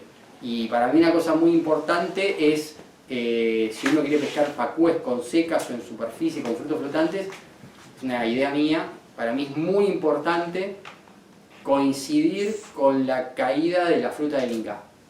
Porque de hecho la chaucha del ingá flota, y si bien la consume mucho, no es una semilla que la coman tanto, para mí es mucho más importante el laurel. Lo que tiene de importante es que como la vaina flota, los peces es como que migran su atención a la superficie. Entonces vas a encontrar a los peces, sobre todo a los pacúes, como con una intención mucho más grande de tomar alimento por encima de su línea de natación. Lo cual es muy bueno porque te permite pescar con frutos flotantes y con secas. Mientras que cuando no está el ingay y vos lo que tenés son bayas, como la de laurel, que se hunden, como que el pez le presta mucho más atención a lo que hay entre su línea de natación y abajo. Y su tendencia a pescar en superficie, vos te das cuenta, a veces nos ha pasado, fue hace 2 años, de agarrar pacúes en aguas muy bajas, capaz en 60, 70 centímetros de agua, a pez visto, en agua cristalina, una pesca hicimos increíble, no capaz de pacúes grandes, pero pacúes chicos y medianos, aparte en arenales, con lo cual es maravilloso porque no tenés que, podés pescar con un equipo liviano, no hay empalado, nada, y los hijos de puta no tomaban en superficie. Me acuerdo que hicimos la pesca un día y lo pescamos todo con pelotita sinking, y al otro día dije, no, ya está, saqué como 10 pacúes, al otro día voy a sacar pacúes con seca. Aparte los tengo en esto de agua. No había forma. Básicamente porque estaban, su intención de comida era lo que estaba en el fondo, que es el laurel negro, que es una baya que es normalmente lo más importante en marzo. Y al no tener ese estímulo, ya está un poquito más frío, no haber tanto insecto y no está la chaucha de ingá, o sea, la proporción de piques en superficie fue muy baja. ¿No? Son cosas que se derivan justamente de esta botánica aplicada a la pesca con mosca. Y después el otro tema tiene que ver con el tema, ¿cómo se llama?, de la historia de los pesqueros. En el libro, de hecho, hay una línea de tiempo, como esas líneas de tiempo que hace Felipe Pignia con la historia argentina, y arranca en el 1900, y son todos acontecimientos que suceden cada 1, 2, 3 años. Algunos que suceden directamente en el Alto Paraná y otros que tienen relación, y hace una línea de tiempo de todos los acontecimientos, cómo se fueron produciendo. La verdad que es que involucra, qué sé yo, cosas como, no sé, crecidas extraordinarias, libros, artículos periodísticos, descubrimiento de moscas, de señuelos, una cosa muy loca que coincide, cosas que cuando vos empezás a cruzar información aparece, wow. Y una cosa muy loca es que Ingracia crea al andino el mismo año que Alberto Juan crea la banana de Alfred. Por ejemplo, una cosa que cuando dije, wow, vaya, qué coincidencia, ¿no? Que son capaz, uno es como el bestseller del dorado mosquero y el otro es el bestseller del dorado con señuelo. Caray, el mismo año. Después cosas muy locas, ¿no? Que tienen que ver con integraciones regionales como el tema de, ¿cómo se llama? Lo que significó el puente General Belgrano entre Chaco, entre Resistencia y Corrientes, ¿no? Y una cosa que yo investigué mucho es, uno ve el chaqueño y ve un correntino y va a encontrar con 2 sociedades muy diferentes y con personas muy diferentes, que es muy interesante porque confluye en Paso de la Patria. Paso de la Patria fue, o sea, el primer destino turístico piscatorio de importancia en Argentina fue la Patagonia, con sus truchas. Y el segundo fue el Dorado con el Alto Paraná. O sea, la importancia de Paso de la Patria es muy grande y confluyen, de alguna manera. Paso de la Patria es como la villa turística de ¿cómo se llama?, de Resistencia de Corrientes. Entonces es imposible disociarlo, por eso yo lo armo como un polígono. Resistencia, Corrientes, Paso de la Patria. Es indisoluble, no puedes separar Paso de la Patria del resto porque en realidad era el lugar donde los de Corrientes Capital y los chaqueños iban con rivalidades históricas en la fiesta del Dorado, o sea, con todo. Y vos te pones a ver y como se dice, y son muy sociedades muy diferentes. Y hay una cosa que yo busqué sin historia, porque el chaqueño es como es y porque el correntino como es. y de golpe te encontrás que Corrientes estuvo aislado del continente por una Mesopotamia gigante, y no una Mesopotamia de ríos chicos como en, no sé, no, ríos grandes que generaban un estado de incomunicación muy grande con el continente, una aislación geográfica muy grande y una sociedad que tiene más de 500 años. Entonces vos pensás, una sociedad vieja que durante gran parte de su existencia estuvo aislada del resto del país. Entonces cuando vos pensás en la República de Corrientes y en el tradicionalismo y todo, tiene que ver con eso. Y básicamente un lugar donde hubo muy poca inmigración, donde la mayoría de nativos, del correntino, es amerindio o criollo. Mientras que el lado chaqueño, que tiene conexión por el continente, igual la conexión llegó muy tarde, fue provincia con Perón, en el año 50. Territorio muchísimo más joven. Y por ejemplo, es un lugar que fue desarrollado por la gringada, por cómo se llama, por colonos en su mayoría italianos y después colonos de otros países. O sea, tiene una... Y vos fijate, qué loco, ¿no? Que vos pensás en Corrientes y pensás en ganadería, en sincretismos religiosos, en la cultura del Che Patrón. De hecho hay un libro que se llama Che Patrón, en una sociedad con una cultura muy vieja y muy tradicionalista, y con partidos que eran propios de Corrientes, porque hasta hace muy poco no había partidos nacionales, era como una anomalía política en el mapa del gozo, y Resistencia fue la primer comuna socialista de Argentina. O sea, fíjate, con 30 kilómetros de diferencia. Entonces, bueno, entendés un poco qué pasa. Sí. Hablando de cultura, ¿cambió la idea extractiva de la pesca en esos lugares? Hablo del pescador deportivo, ¿no? El pescador... Evolucionó muchísimo, pero no alcanza. Yo lo que hago el análisis que la destrucción de la biota y del ecosistema, a ver, evolucionó mucho, ¿no? Muchísimo. Llegó la información. Y hay que valorarlo eso. El tema de que se cuida más, de que hay una conciencia. Ojo, es una zona donde una cosa es lo que pasa por arriba de la mesa y otra cosa es lo que pasa por abajo de la mesa. Hay mucha hipocresía en ese punto y vas a encontrar muchísimos actores arriba de la mesa rasgándose las vestiduras y por abajo haciendo las peras chanchadas. Qué sé yo, en Patagonia, si liberan la captura de truchas, muy probablemente los hoteles se pongan del ojete y vayan con... De hecho, en Río Negro, donde está la mesa consultiva, todo, está en la misma mesa el Emprotour, la cámara de guías, tiran todo para el mismo lado. No sería, por ejemplo, cuando quisieron poner 2 truchas de límite en el Limay superior, saltó la cámara hotelera de Bariloche.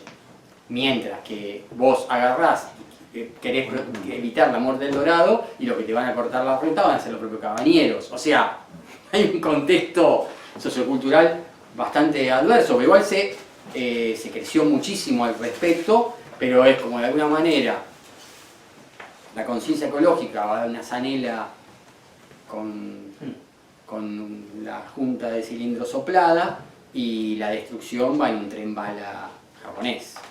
Entonces es como que avanza, pero no, está muy lejos de contrarrestar el daño que se genera, y hay una cultura extractiva muy grande, muy arraigada, lo cual se complica con el tradicionalismo propio de los tipos, donde no son muy flexibles a los cambios de paradigma cultural.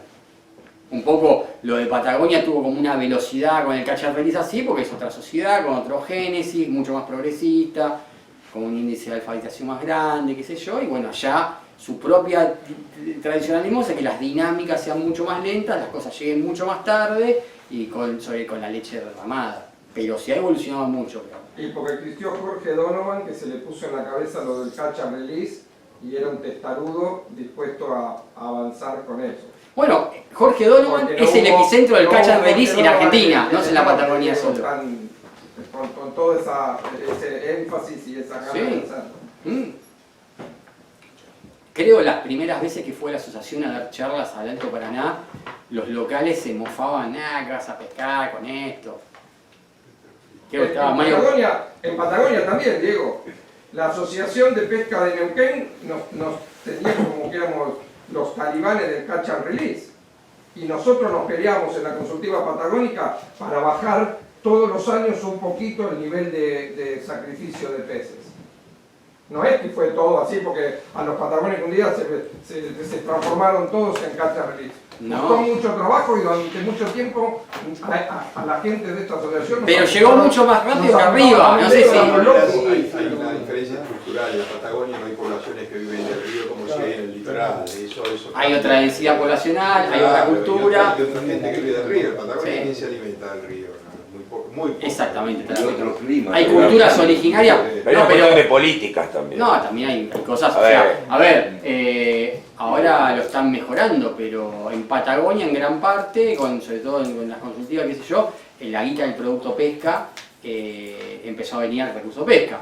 En Corrientes, creo que hasta hace nada, los permisos de pesca, que son los más caros de Argentina, servían para financiar el carnaval. Y no había nada para cuidar. Sí, aparte hay una cuestión. No sé, hay como que... Bueno, pero... Diego, a ver si lo compartís conmigo. A nivel de lo que es el turismo de pesca como algo importante, todos creen, o la gran mayoría, piensan de que, no, el sur Artuche hay que cuidarla porque vienen extranjeros a pescarla. No piensan que al norte también van extranjeros a pescar dorado. O sea, no lo toman como un destino, lo toman como un destino de pesca deportiva importante que genera dinero. Sacale a los portales paranaenses el río. Ahora, por ejemplo, una de las cosas que pasan ahora tremenda, hay varias cosas que son los que más impactan y vamos a llevar a cabo, que es realmente tremendo, que tienen que ver con estas investigaciones, que son lo que yo decía, las modificaciones indirectas. Este gobierno que se está yendo. Y normalmente cuando hay gobiernos en fuga es entre gallos y medianoche donde salen todos estos entuertos así. Se acaba de firmar hace muy poquito 2 pasteras para Itaibate.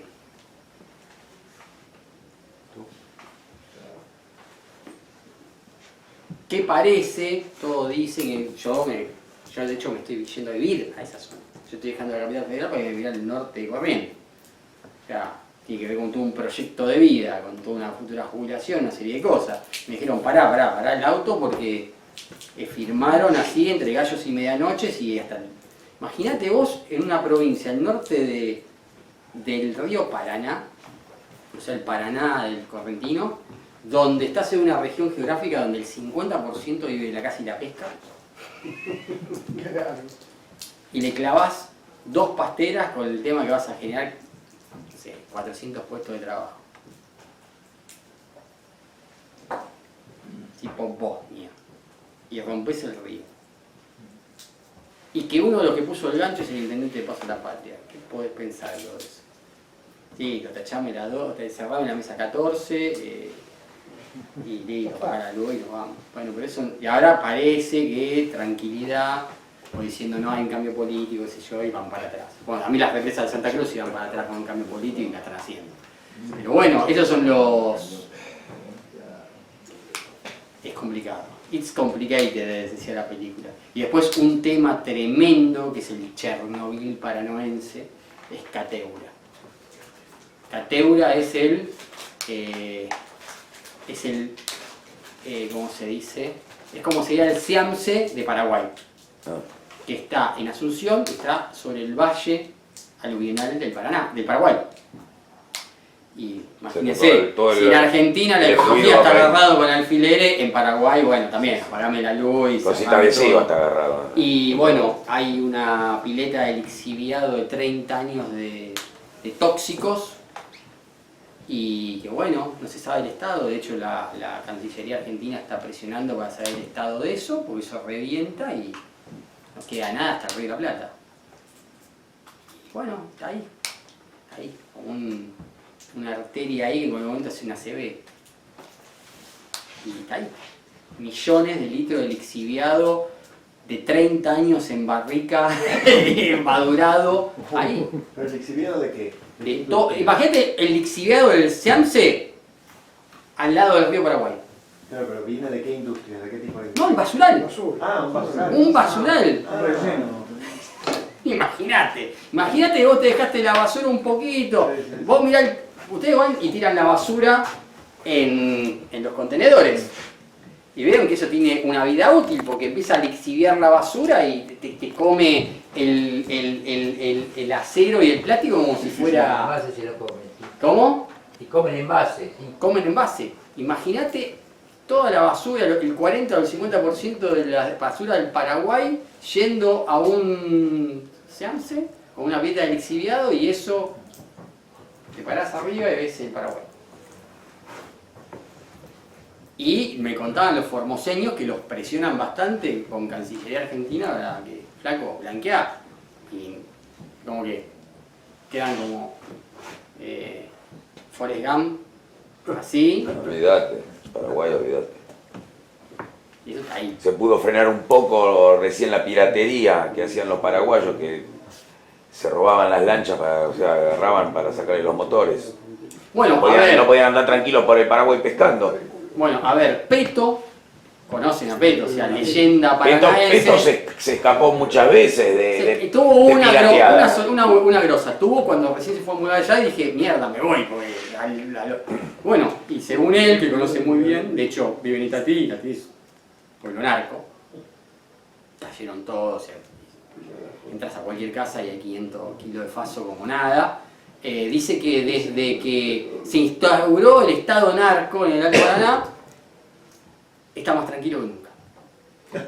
Básicamente, sí, que ahora se puede pescar costa paraguaya, y está más tranquilo que nunca. No podías ir a la costa paraguaya porque ahora está tranquilísimo, ahora vas a hacer el rolling Itapirú y pescas adentro del Correntoso, hay algunas zonas que no te puedes meter. Pero digamos que está mucho más, antes pescar con una paraguaya de tipo en Dominic Patri, te cruzabas ya me hace, Diego, y así. A ver, 8 años atrás, o 9, un alumno mío pescando con él, se ha venido contra la costa paraguaya, clavó un dorado, cuando el otro vio así, 3 lanchas, vino a correr, dijo, soltalo, vino haciendo esquí con el dorado hasta que se soltó, salió a fondo porque lo venían a piratear. Bueno, ahora está tranquilísimo. Dice, no, Diegote, vamos a Paraguay, no pasa nada, está re tranquilo. Y teóricamente, ¿cuál es la explicación que da él? Que como ahora, básicamente el destacamento de Itá, siempre me confundo siempre el de Pirú y el de Itacora, porque soy disléxico, el de Paso de la Patria, el que está frente de Tatí. Básicamente la prefectura paraguaya está para proteger los intereses de narcos. No tienen quilombo. Claro, entonces antes, por ejemplo, te afanan un motor, te corrieron de quilombo, vas a hacer la denuncia en prefectura argentina. Y ahí empieza la rencilla. Y eso afecta a los negocios. Ya lo decía Adam Smith, o sea, para que la economía florezca se necesita de confianza y tranquilidad.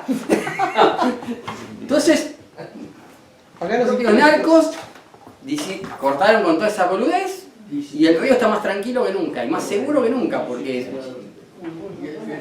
Bueno, estaba en Brasil, hablando de este tema como cosas tragicómicas, hablando con un Rogerio Batista y hablando sobre el tema del narcotráfico en Brasil. Y decía Rogerio que bueno, que está una de las cosas, unos avances muy grandes es que se ha terminado con el consumo de pasta base en Brasil. Pero que no había sido una iniciativa del gobierno, que el gobierno de hecho no había hecho nada para eliminar el consumo de pasta base. En realidad los que eliminaron el consumo de pasta base fueron los propios narcos. Porque los consumidores se le morían muy rápido. Entonces determinaron que... Tenía que ser la mejor. Exactamente, muchachos, cortemos con el tema de pasta base porque tenemos un ciclo de 6 meses, un año. Y nosotros necesitamos que esta gente nos siga consumiendo. Tenemos que fidelizar a nuestros consumidores y que nos duren por lo menos 20, 30, 40 años. Entonces cortaron con el tema de pasta base. Qué lindo, qué lindo. Pero es así. Es un negocio. Bueno, por eso, por ejemplo, en el Paraná argentino, una cosa muy típica es hacer las pescas nocturnas de ¿cómo se llama? De ¿cómo se dice? De surubí o lo que sea, y en la frontera Paraguay eso es muy difícil hacerlo porque no hay cultura, de hecho, no hay cultura en Paso de la Patria de quedarse hasta las 3 de la mañana pescando surubí en la caída de un banco, como hay por ejemplo en Reconquista o en Esquina, donde vas a hacer una nocturna. Allá no, básicamente por la frontera caliente con Paraguay. De hecho estuve hace poco con Peto, hace 2 semanas, íbamos a pescar el banco que dice el banco Cumbiero, que es el que está adelante de ¿cómo se llama? Itatí, Básicamente porque estás pescando de hoy, sentís la cumbia ahí, entonces es el banco cumbiero, todo tiene una explicación. Y había un botecito y estaba Peto y lo miraba y decía, qué raro ese. Y está con el motor prendido arriba del vehículo. Normalmente cuando haces la caída no tenés el motor prendido. Y nosotros teníamos que dar vuelta a la isla, estaba el tipo. Y prendió el motor y salió. Y salió. Y claro, el chabón después tenía que cortar por Itacora y nosotros para ir al lugar de pesca teníamos que ir atrás de él. Pero no porque estuviéramos siguiendo. Digo, pobre chabón, el flash que se debe estar comiendo. Él está convencido que lo estamos corriendo. Que somos los milicos, porque de hecho la propia prefectura va de pescador. Están, ¿cómo se llama? Jilguereando, como dice, de pescador.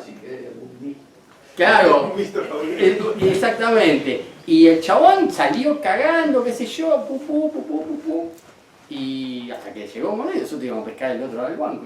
Y decía, si le podíamos avisar que no pasa nada, algo diciendo. Es así. Así que... Es un tema esa zona. Bueno, qué sé yo. Y después, bueno, el tema de... Es muy interesante el tema de ¿cómo se llama? De por qué hay un baño...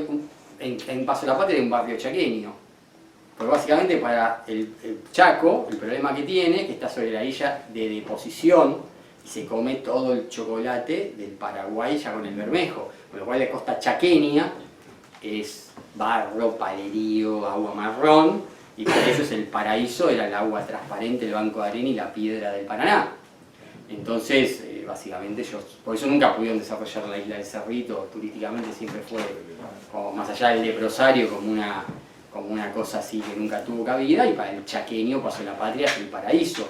Y en ese momento, acá hay una historia, por ejemplo, con los tomazones, que el abuelo de los tomazones de Amazonas, de un local de pesca, son pescadores de allá que yo tengo mucha relación, el abuelo, que era Alberto, era uno de los pioneros de la náutica allá en Resistencia. Y bueno, se construía sus propias embarcaciones deportivas cuando allá no había embarcación deportiva en toda Resistencia, ¿no? Y para ellos decían que básicamente tenían embarcaciones porque era mucho más fácil ir por agua a Paso de la Patria que por tierra. Porque por tierra hay que hacer la balsa y después los caminos así tardabas 6 horas para llegar a Paso de la Patria en un quilombo. Mientras que vos ibas por agua, tenías un yatecito, el modus operandi de las peñas de Resistencia era hasta, ¿cómo se llama el puerto? Barranquera, salían de ahí y salía este yatecito que era la Graciela con 6 o 7 canoitas a la rastra con un Evin Room y se iban allá y después acampaban en la isla de la Rata que está cerca de San Julián, de Don Julián, y se iban después todos a remo, a trolear a remo. Por ejemplo, y contaban, ellos en ese momento, en principio pescaban con cucharas ondulantes, la marca Puerteña y Medusa, que era la que se hacía acá, y troleaban a remo con línea de mano. Con los tiras así de largo. No, eso vino 30 años después, con cuchara ondulante. Con cuchara ondulante a remo, que tenían un distorsionador. Esas más grandotas así que había plateadas. Sí, con el suelo 8-0 tartuna, claro. Así, y a remo. Y bueno, una de las grandes revoluciones para ello, nada de cable acero, o sea, alambre así, atado a San Martín y a sacar. Cadena. ¿Cómo? O cadena. No, sí, así. Y para ellos una de las grandes revoluciones fue cuando empezaron a usar los timones de plástico transparente, porque ellos perdían mucha cuchara porque los dorados le mordían los timones y le cortaban. El timón del torcedor, entonces poner un timón transparente fue como un gran avance tecnológico. De hecho, bueno, los primeros motores Yumpa los prueban en Alto Paraná con esta gente, con Valente, que es ahora que es el importador de Evinrude, no sé, como de Yamaha, no sé qué está. Bueno, y Valente, que fue el que hizo los Yumpa, que acá fueron una revolución en la Laguna Bonaerense, pero allá en el Alto Paraná no prendieron tanto porque eran motores muy chicos, fue el que inventó los Riles Peter, que eran las copias de los Long Beach de Penn. Que la primera vez, en ese momento, se pescaba mucho surubí, mucho dorado a trolling y se pescaba surubí patejado. Porque históricamente el surubí siempre es mucho más fácil sacarlo con pateja de la boca, ¿no? De hecho hay un capítulo en este... Bueno, a trolling se lo patejea. Pero ellos directamente iban con caña coligüe y él trajo, los primeros reles que trajo, la copia de los Long Beach con carretel de baquelite, claro, clavaban unos surubíes de 30, 40, 50, 60 kilos, y llegó él, que iba con la peña esta de la barra de estos tipos, y rompían todos los carreteles de baquelita con los surubíes. Y al otro año vino con los carreteles de acero torneados y les regaló a cada uno. Y bueno, y esta persona que tiene 80 años, que yo la entrevisté, que fue la que me contó todo, en ese tiempo era esta nene. Entre los surubíes y hasta acá los Riedespeter, ¿no? Y bueno, es muy interesante el tema de cómo se fue desarrollando. A mí el trolling de punta me parece, yo no lo practico, pero me parece una modalidad muy interesante, y cómo fue evolucionando el trolling. Primero las cucharas, los timones, después básicamente lo que se hacía era trolear los bancos de arena, no se pescaban las piedras en esa época. Después, con Zapico Antuña, empieza lo que se llama la técnica de cuchara muerta. En vez de trolearlo derecho, lo troleaban en zigzag. Entonces, cuando hacían el zigzag y perdían la conexión, caía la cuchara flameando, bajaba más, y cuando reconectaba, y esa técnica daba mucho más pescado. Después empezó a ver que hay por la declinación natural de las poblaciones de peces, cuando hay menos peces empezás a buscar otros lugares, mientras la pesca está fácil.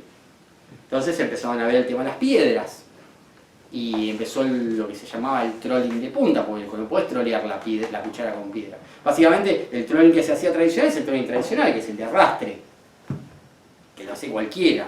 El trolling de punta, que es un trolling para pescar las piedras, es, para mí, el que sabe manejar el trolling de punta es un genio. Es un trolling estático en el lugar, donde vos tenés acá la piedra, donde se posicionan los dorados, y vos tenés la lancha, dejás el señuelo, vos tenés la lancha parada en el lugar, regulando la misma velocidad de la correntada, y el señuelo, en vez de moverse e impulsarse con la fuerza del motor, se impulsa con la fuerza de la correntada. Y lo que vos hacés es, desde una misma distancia, peinar la piedra acá. Y primero que empezaba a pescar al final de los 60 fueron con los chip-chap, que eran los señuelos que se usaban en ese momento. Se quería pescar con rapal y todos los reventaban todos. Y el Cisco Kid llega a Paso de la Patria en el año 76, porque vinieron unos gringos y le dejaban a Jules unos Cisco Kid. Y bueno, fue la revolución del trolling de punta, y el que hizo la revolución absoluta fue el Bagley, el Van Gogh, que permitía pescar una piedra no de metros, y por el diseño de paleta, diving, todo, era impresionante. Y que dicen las malas lenguas que, bueno, malas lenguas, lo que se llegó, porque otra de las cosas interesantes que tiene este libro es la biografía de Alberto Juan. Entrevisté con la hija y con Daniel y todo, que no hay una biografía de Alberto Juan, no se sabe, y fue uno de los grandes próceres de la pesca en Alto Paraná, de los desarrolladores de la pesca, y porque sabías, o sea, tuve teléfono, aparte no es fácil sacarle la información, no, cuesta. Y bueno, acá una de las cosas está la biografía de Alberto Juan del tema este, y dicen que el que empezó con el tema de los Bagley en Alto Paraná, que fue el Cisco Kid, revolucionó la pesca de trolling, y el Bagley la descoció. El problema que eran de balsa y era como bajar una gallinita cracker abajo del agua así. Salía. Y eran carísimos. Me acuerdo, yo me imagino la época de importación ahí, que un sueldo eran 3 Van Gogh. Y el que primero lo llevó, dice que fue Carlos Tosi, fue el que aplicó ese. Y a partir de eso, bueno, Alberto Juan, por su amistad con Juan Carlos Tosi, empieza a desarrollar los señuelos, y ahí nace Alfer, donde lo que hizo el tipo es ponerle un señuelo de ¿cómo se llama?, de poliuretano rígido, y modificar las paletas para que todavía tenga, porque la clave del señuelo de trolling de punta es que como vos tengas un trolling de baja velocidad con la velocidad de la correntada, por eso no funcionan los rapales, el señuelo de paleta fina, porque necesitas más velocidad para que tengan la ondulación correcta. Antes estaba el tema del plomo en el pitón, como eran los viejos Mer, que tenía así, el chabón hizo paletas más finas, modificó las paletas y creó el mejor señuelo de trolling de punta que existió, y ganaron un campeonato con Lopecito y todo, ¿cómo se llama? Se cansaron de ganar cosas. Y es muy interesante ese tema, porque hoy muchos de los grandes pescadores mosqueros que tuvo la Alto Paraná vinieron del semillero de trolling de punta. ¿De dónde viene Julio Riva? De trolling de punta. ¿De dónde viene Pinti? Es un guía de la puta madre. ¿De dónde viene Carlos Ikonikov? ¿De dónde viene otro guía de la hostia como es Calegari? Por eso le decís pescar la piedra y todo, el tipo te conoce porque estuvo haciendo esa pesca años y años. No es que solamente tiene la mirada del río con una plumita. Te lo conoce con carne, te lo conoce con un trolling, te lo conoce con un señuelo de bycasting. Por ejemplo, el tema de los señuelos, cómo surge que el primero en aplicar el tema de los señuelos de los frutos de silicona fue Carlos Ikonikov. ¿Cómo se llama? César Palma fue el primero que desarrolló el tema de los frutos duros. Y mucha gente no pescaba con el fruto duro porque no le gustaba, era duro, qué sé yo. Y Carlos Ikonikov fue el primero que empezó con el tema de los frutos blandos, que fueron la otra revolución de la pesca con mosca frutal. Y básicamente, ¿de dónde surge eso? Porque él era un fanático de la pesca de bycasting de dorado. Y había descubierto su fanatismo de pescar de pescar dorados. Lo que más le gustaba para pescar dorado en bycasting era pescar con ranas entre los palos. Para él la mejor pesca que había de dorado, de hecho nadie pesca con ranas de goma tipo una rana de goma, no las que flotan, una rana de goma de paddle tail, todo. ¿Quién pesca dorado con una rana de goma entre los palos? Nadie. Bueno, eso es mortal para pescar. Y el chabón empieza con los frutos de silicona por todas las ranas partidas que tenía arriba de la lancha. Y fíjate cómo fue un disparador de eso, ¿no?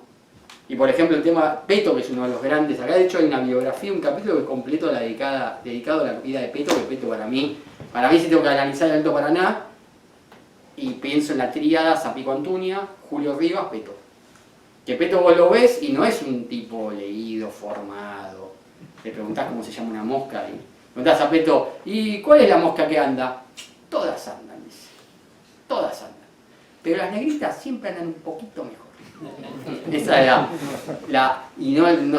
pero el tipo es un creativo del agua, sabe, y fue el tipo que desarrolló la pesca de piedras anclado, y fue el primer tipo que puso una plataforma y empezó a pulear los bajos o sea, a pescar los bancos. ¿Quién pescaba en los bancos hace 10 años?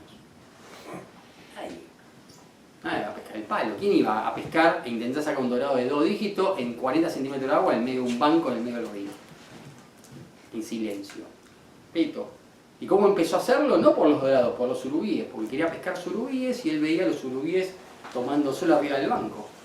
Y entonces en su intención de pescar surubíes, agarró, porque es herrero, agarró fierro tech, con las soldadoras sin anteojos, así, le puso un fenólico así, lo ató con alambre, bien a lo Peto, lo puso una cosa, agarró una tacuara y se mandó por los bancos a pescar surubíes. Y cuando empezó a ver surubíes, empezó a ver dorados, y empezó a ver que eran grandes los dorados, no había soldado chico, porque en el banco un dorado chico es un sábalo más, no hay refugio. En un palerío preto puede convivir el doradito de 1 kilo con el de 10, pero en el lugar abierto no. Y bueno, y empezaron a ver los dorados y empezaron a tirar, y lo que fue una búsqueda de surubíes que nunca floreció, se transformó en la pesca más adrenalínica y más difícil y más técnica que todos quieren hacer, que es el tema de la pesca de banco. Donde pescás con un dorado como se pescaba cuando veía. Imagínate en la época que salió, no sé, en los años 80, los videos de 3M, Billy Pate, en los Florida Keys así con el guía y tirando. Y vos decías, decirle a alguien, no, ¿sabes que en el futuro se va a pescar dorado de esa manera en Alto Paraná? Y se te cagaban de risa. Y hoy es una realidad. Hoy es una realidad. O vadear. Yo vengo, no sé, de Florencia, de pescar en banco, dorado de 8 kilos en 40 centímetros de agua. Y eso no existía antes. No existía. No existía. O pescaba un paco con mosca seca. No existía. Así que, y bueno, y eso después se irradió. O sea, hoy, por ejemplo, todo el desarrollo que está haciendo con la pesca de frutas en el Paraguay inferior en Formosa, que de alguna manera soy medio el que está tirando acá, y después todo el tema del Paraná medio, viene del Alto Paraná. ¿No? Es muy... más allá de la pesca, que hay un montón de cosas de técnica de pesca, anzuelos y aplicaciones, me parece bueno que es un poco de lo que trata el libro, es eso. Así un poco de una visión integradora de todo. Ya veo que están bostezando, así que no sé, hacemos el... Vamos a comer. ¿Dónde está? ¿Cómo se llama? han ido. Acá está. Hacemos un Está dormido. epílogo de... No, preguntale al público. No sé, ¿qué quieren? Así como así un epílogo para cerrar, un cierre. No sé, yo ya... Cerrá, dale. dame la llave, cierro. Bueno, aplaudimos. Bueno,